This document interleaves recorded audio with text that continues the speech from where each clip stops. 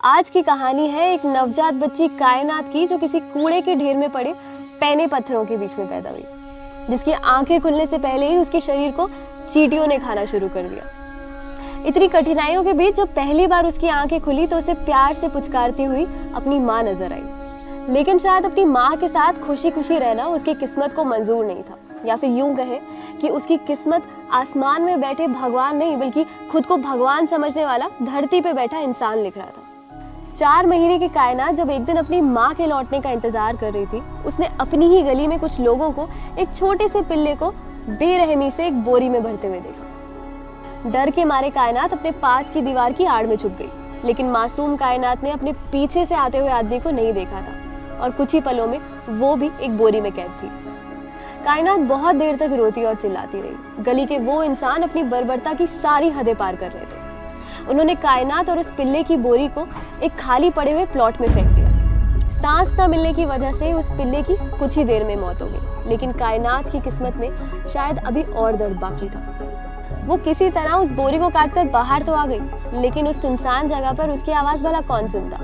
दूर दूर तक पानी का कोई स्रोत भी नहीं था। खाने और पानी की तलाश में कायनात रोज घंटों चलती, फिर गिरती, उठती, कुछ दूर चलती और फिर गिरती। ऐसे ही कई महीने बीत गए। अब कायनात कमजोर हो चुकी थी। 1 साल की उम्र में ही उसके शरीर का एक एक बाल झड़ चुका था। खुजली के कारण उसके शरीर पे कई जगह जख्म भी हो गए थे।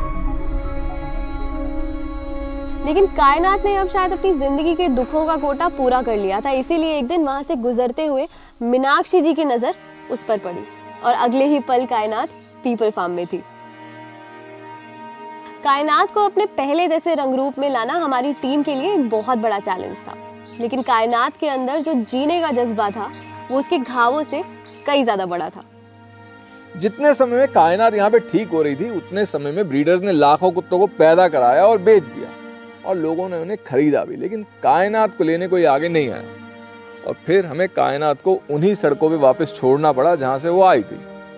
कायनात के लिए बुरा तो बहुत लगता है, पर मुझे लगता है शायद सारा दिन हम इतनी बड़ी खबरों से, इतने बड़े मुद्दों से घिरे होते हैं जिनके बारे में हमें बुरा तो बहुत लगता है, लेकिन हम उनके बारे में कुछ कर नहीं सकते। और शायद हमें बुरा महसूस करने की इतनी आदत हो जाती है कि जिन मुद्दों के बारे में हम कुछ कर भी सकते हैं ना, वहाँ भी हम सिर्फ बुरा महसूस करके रुक जाते हैं। हम भूल जाते हैं कि भाई बुरा महसूस करने के